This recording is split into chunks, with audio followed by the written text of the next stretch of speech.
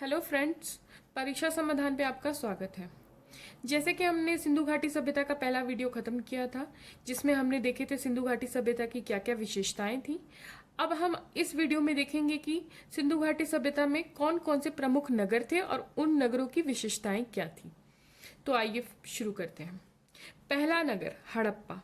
हड़प्पा नगर mount गोमरी जिले में पाकिस्तान की रावी नदी के तट पर है।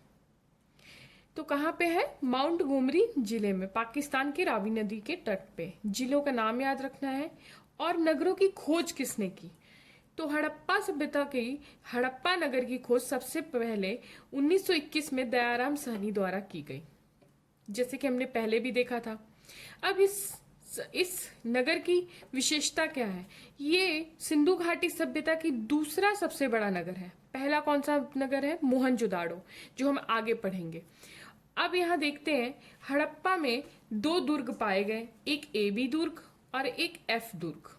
तो जो एफ दुर्ग था, वहां पे श्रमिक आवास करते थे और यहाँ अनाज कूटने का कार्य होता था। तो जैसे कि हम देख सकते हैं, अनाज कूटने के वृत्ताकार चबूतरा था और यहाँ पे श्रमिक आवास करते थे एफ दुर्ग में। हड़प्पा सभ्यता में जो हड़प्पा नगर था, उसमें उत्तर दिशा में एफ दुर्ग था। एफ दुर्ग, जैसे कि हमने देखा ही, एफ दुर्ग में यहाँ पे अनाजों की कुटाई होती थी, यहाँ श्रमिक आवास करते थे। और दक्षिण में अगर आ जाए हड़प्पा के, तो यहाँ कब्रिस्तान पाया गया है। तो कब्रिस्तान जो सेमेट्री कहा गया है, सेमेट्री R37, इसका नाम दिया गया सेमेट्री R37। तो परीक्षा में पूछा जाता है कि कौन सा सेमेट्री R37 कौन से नगर में पाया गया है, तो वो हड़प्पा नगर में पाया गया। आगे बढ़ते हैं। दूसरा नगर मोहनजोदाड़ो। मोहनजोदाड़ो जो कि दूसरे नंबर पे खोजा गया था, लेकिन ये था सबसे बड़ा नगर, ये हड़प्पा से भी बड़ा था। इसको देखते हैं। प्रेतों का टीला। मोहनजोदाड़ो को प्रेतों का टीला भी कहा गया है। ये मोहनजोदाड़ो आपका लरकाना जिला में पाकिस्तान के सिंधु नदी के तट पर पाया गया है। कहाँ पे है? मोहनजोदाड़ो पाकिस्तान के सिंधु नदी के तट पे लरकाना जिला में। ये हड़प्पा वासियों का सबसे बड़ा नगर था, सबसे बड़ा, जो कि 250 हेक्टेयर में फैला था। इसकी खोज 1922 में राखलदास बनर्जी ने की थी। ये पूछता है कि कौन से नगर की खोज किसने की, तो 1922 में राखलदास बनर्जी ने की थी। आगे देखते हैं, इस नगर की विशेषता क्या थी। इस नगर में एक टीला था जिसके ऊपर एक स्तूप बना हुआ था, जिसको हम स्तूप टीला भी कहते हैं। अब बात करते हैं स्तूप क्या होता है। इस टीले पे कुषाण काल का स्तूप है। तो ये आगे हम पढ़ेंगे कि कुषाण काल कब आता है। तो ये जो टीला था मोहनजोदाड़ो में, इसके ऊपर स्तूप टीला था। तो ये स्तूप क्या होते हैं? स्तूप हमारे इस आकार के होते हैं। ये बौद्ध धर्म से संबंधित है, जिसमें कि ये अक्सर ये मिट्टी के बने होते थे। इनमें बौद्ध धर्म के गुरुओं के अवशेष होते थे, जैसे उनके मृत्यु के बाद जो भी अवशेष थे उनके, इस स्तूपों में रखे जाते थे। तो ये जो टीला प्राप्त हुआ है मोहनजोदाड़ो पे, आगे चल के इस पे कुषाण काल का एक स्तूप प्राप्त हुआ है। मोहनजोदाड़ो में एक विशाल स्नानागार पाया गया है। तो स्नानागार क्या होता था? स्नानागार वो होता था, जैसे कि आज के दौर में हम देखें जैसे स्विमिंग पूल होता है, वैसे ही एक विशाल सार्वजनिक स्नानागार पाया गया है। तो ये इतना विशाल होता था कि इसमें बहुत सारे लोग यहाँ पे स्नान कर सकते थे। इनकी जो फर्श होती थी, इस विशाल स्नानागार का जो फर्श होता था, वो पक्की ईंटों से बने होते थे। तो क्या होता था, जैसे कि आप चित्र में देख रहे हैं, ये स्नानागार है, यहाँ पे कुआं है, यहाँ हौज, ये हौज हुआ, इस कुएं में से पानी हौज में डाला जाता था, और जो भी स्नानागार का गंदा पानी होता था, दक्षिण पश्चिमी दिशा से गंदा पानी निकल जाता था। तो ये उस समय इतने लोग विकसित हुआ करते थे। अब आता है अन्नागार। अन्नागार मतलब जहाँ पे अन्न भंडार, जहाँ पे आज जैसे हम अन्न भंडार कहते हैं, जहाँ पे हम अन्नों को रखते हैं, वैसे अन्नागार भी था। तो व्हीलर के अनुसार मोहनजोदाड़ो की सबसे बड़ी इमारत थी अन्नागार। यहाँ पे लोग अन्न रखते थे, कूटते थे, पीसते थे। तो जैसे यहाँ पे सार्वजनिक विशाल स्नानागार मिला है, वैसे एक बहुत बड़ा अन्नागार भी प्राप्त हुआ है। अब देखते हैं सभा भवन। दुर्ग के दक्षिण में सभा भवन था। जो दुर्ग होता है, दुर्ग दुर्ग मतलब होता है किला। तो जो मोहनजोदाड़ो में जो किला मिला है उसके दक्षिण दिशा में सभा भवन होता था, जहाँ पे सब लोग बैठ के विचार विमर्श करते थे। पुरोहित आवास, अब स्नानागार, जहाँ पे ये स्नानागार पाया गया है उसकी उत्तर पूर्व दिशा में पुरोहित आवास हुआ करता था। यहाँ पे पुरोहित रहते थे। अब ध्यान देने वाली बात एक और है, मोहनजोदाड़ो से 21 मानव कंकाल प्राप्त हुए हैं। अब ये 21 मानव कंकाल प्राप्त हुए हैं, इसीलिए इसका नाम प्रेतों का टीला भी कहा जाता है इसको। हालांकि इसमें 21 मानव कंकाल जरूर प्राप्त हुए, लेकिन कब्रिस्तान का कोई साक्ष्य प्राप्त नहीं हुआ है। जैसे हमने हड़प्पा सभ्यता में देखा था ना कि हाँ वहां पे कब्रिस्तान का साक्ष्य मिला था, लेकिन मोहनजोदाड़ो में कब्रिस्तान का साक्ष्य नहीं मिलता है। अब देखते हैं, एचआर क्षेत्र से कांसे की नर्तकी की मूर्ति मिलती है। कांसे की, वहां के लोगों ने कांसे की खोज की थी, जैसे बताया ही है। उसी तरह से वहां पे एक कांसे की नर्तकी की मूर्ति प्राप्त होती है। पिगट ने हड़प्पा और मोहनजोदाड़ो को जुड़वा राजधानी कहा है। ये पूछता है हमेशा कि किस विद्वान ने हड़प्पा और मोहनजोदड़ो को क्या कहा है, जुड़वा राजधानी कहा है। पिगट ने, ये नाम याद रखने की जरूरत है, पिगट ने कहा है। आगे देखते हैं हम तीसरा स्थल हड़प्पा सभ्यता का, चनहुदड़ो। चनहुदड़ो कहाँ पाया जाता है? ये सिंधु नदी के बाएं तट पे है।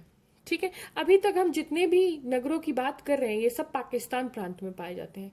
ठीक, तो ये चनहुदड़ो भी जो है वो पाकिस्तान प्रांत में ही पाया जाता है। अब देखिए क्या कहते हैं कि सिंधु संस्कृति के बाद यहाँ पे जो संस्कृति पनपी थी वो थी झूकर झाकर संस्कृति। जैसे हमने पहले भी देखा, अमलानंद घोष ने अपने उसमें रिसर्च में वो प्रूफ भी किया है कि यहाँ पे झूकर झाकर संस्कृति पाई जाती है। अब देखते हैं चनहुदड़ो में क्या पाया गया है। अब तक हमने देखा कि मोहनजोदाड़ो में अन्नागार पाया गया है, स्नानागार, पुरोहित आवास और हड़प्पा सभ्यता में आपको कब्रिस्तान मिला है। उसी तरह चनहुदड़ो में आपको एक बहुत आश्चर्य की चीज मिलेगी, वो है मनकों का कारखाना। अब मनके क्या होते हैं? मनके मतलब होते हैं ये जो माला, आभूषण, जो हम पढ़ते हैं ना, आभूषण, गले में हार, उनको मनके कहा जाता था। उसका एक कारखाना प्राप्त हुआ है। जी हाँ, मनकों का कारखाना प्राप्त हुआ। इससे क्या पता चलता है, जो सिंधु घाटी के सभ्यता के लोग थे उन्हें आभूषणों का शौक था, वो मनके और ये सब हीरे जेवरात ये सब पहना करते थे। अब देखते हैं, यहाँ से एक मनकों का कारखाना प्राप्त हुआ है और एक मुद्रा प्राप्त हुई है। मुद्रा प्राप्त हुई जिसमें कि दो मछलियों का चित्र और 3 घड़ियालों का चित्र इस मुद्रा पे प्राप्त हुआ है। जैसे आप देख रहे हैं इस चित्र में 3 घड़ियाल बने हैं और 2 मछलियां बनी हैं। एक मुद्रा यहाँ चनहुदड़ो से प्राप्त हुआ है। चनहुदड़ो से श्रृंगार का एक बॉक्स प्राप्त हुआ है, यानी कि श्रृंगार का सामान जिसमें लिपस्टिक, काजल, कंघा, उस्तरा आदि प्राप्त हुआ है। अब देखिए, जैसे आप देख रहे हैं यहाँ पे लिपस्टिक, यानी कि जी हाँ, वहाँ के लोग जो सजो सामान और इन सब के सजने संवरने के भी शौकीन थे। लिपस्टिक, काजल, इन सब चीजों का प्राप्त किया गया है वहां से चनहुदड़ो से। एक चीज और ध्यान देने की बात है, चनहुदड़ो एकमात्र ऐसा स्थल है जहाँ पे पक्की पाइप नुमा नालियों का प्रयोग हुआ है। ठीक है, जो पक्की पाइप नुमा नालियां हैं उनका प्रयोग चनहुदड़ो में हुआ है। अब देखते हैं चौथी बड़ी नगर लोथल। अब तक हम पाकिस्तान क्षेत्र में थे, अब हम भारत में आते हैं। तो लोथल जो है बहुत बड़ा एक क्षेत्र है जिसको लघु हड़प्पा और लघु मोहनजोदाड़ो भी कहते हैं। क्यों कहते हैं वो हम आगे देखेंगे। सबसे पहली बात, लोथल पाया जाता है गुजरात में। कहाँ पाया जाता है? गुजरात में।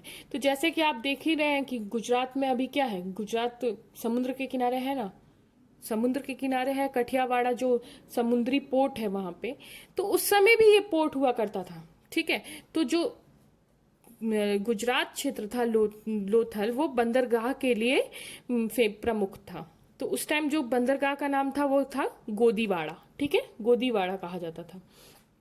ठीक, अब इसकी बात करते हैं लोथल किसने खोजा। तो लोथल को खोजा गया था एस.आर. राव ने 1954 में एस.आर. राव ने खोजा था, इसकी खोज की थी।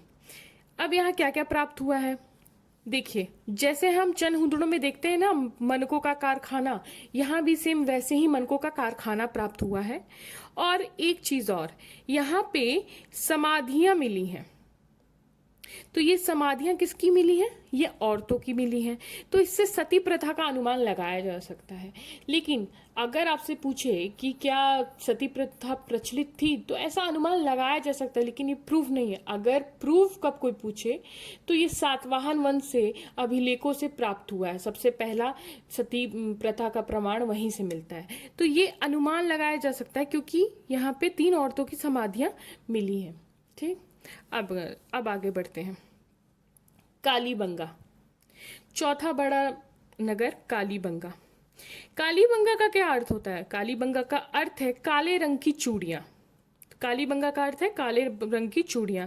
ये कहाँ पे पाया जाता है? ये गुजरात के गंगनगर जिले में, गुजरात के गंगानगर जिले में पाया जाता है। और इसकी खोज किसने की थी? जी हाँ, अमलानंद घोष ने की थी। ठीक है, 1951 में अमलानंद घोष ने की थी। कालीबंगा से हल से जुते हुए खेतों के साक्ष्य प्राप्त हुए हैं। हालांकि लोहे का हल तो प्राप्त नहीं हुआ है, लेकिन जुते हुए खेत के साक्ष्य प्राप्त हुए हैं। अब कालीबंगा एकमात्र एक ऐसा नगर है जहां पे कच्ची ईंटों का मकान प्राप्त हुआ है। आगे देखते हैं। भूकंप के प्राचीनतम साक्ष्य अगर प्राप्त हुए हैं, अगर भूकंप के सबसे पहले पुराने एविडेंस अगर प्राप्त हुए हैं, तो कहां से प्राप्त हुए हैं? कालीबंगा से। एक युगल सावधान, युगल सावधान मतलब जोड़े में जो नर और नारी के सावधान, यानी कि डेड बॉडीज, उनके युगल सावधान प्राप्त हुए। कहां से? कालीबंगा। एक बच्चे की खोपड़ी मिली जिसमें 6 छिद्र किए गए हैं, उसका प्रमाण मिला। यानी कि हम देख सकते हैं कि उस समय काला जादू, जो सिंधु घाटी सभ्यता के लोग थे, काला जादू इन सब चीजों पे विश्वास करते थे, क्योंकि एक बच्चे की खोपड़ी मिली है जिसमें 6 छिद्र किए गए हैं। सिंधु घाटी सभ्यता का एक और बड़ा नगर बनवाली। बनवाली हरियाणा के हिसार जिले में सरस्वती नदी के किनारे पाया जाता है। तो हालांकि अब सरस्वती नदी विलुप्त हो गई है, लेकिन ये जो बनवाली था, ये नगर हरियाणा के हिसार जिले में पाया जाता था। अब इस नगर की क्या क्या विशेषताएं थी और किसने इसकी खोज की, ये देखते हैं। बनवाली की खोज R.S. विष्ट ने 1974 में खोज की। R.S. विष्ट, इन खोजकर्ताओं के नाम बहुत इंपॉर्टेंट है। देखिए, अब बनवाली से क्या प्राप्त होता है, जो कि बार बार परीक्षा में पूछा गया है। जी हाँ, यहाँ से एक बहुत बढ़िया किस्म का जौ प्राप्त होता है। ठीक, जौ और मिट्टी का बना हुआ हल प्राप्त हुआ है। ठीक है, सिंधु घाटी सभ्यता से कोई लोहे का हल प्राप्त नहीं हुआ है, लेकिन मिट्टी का बना हुआ हल प्राप्त हुआ है। और सिंधु घाटी सभ्यता के लोग ने नालियां बनवाई हुई थी, जल निकास का अच्छा प्रबंध किया था। वही बनवाली में देखने को मिलता है इसका अभाव। अब धौलावीरा देखते हैं। धौलावीरा एक अन्य महत्वपूर्ण नगर था हड़प्पा सभ्यता का, जो कि गुजरात के कच्छ जिले में था। कहाँ था? गुजरात के कच्छ जिले। अब देखिए, धौलावीरा एक और बहुत महत्वपूर्ण नगर था।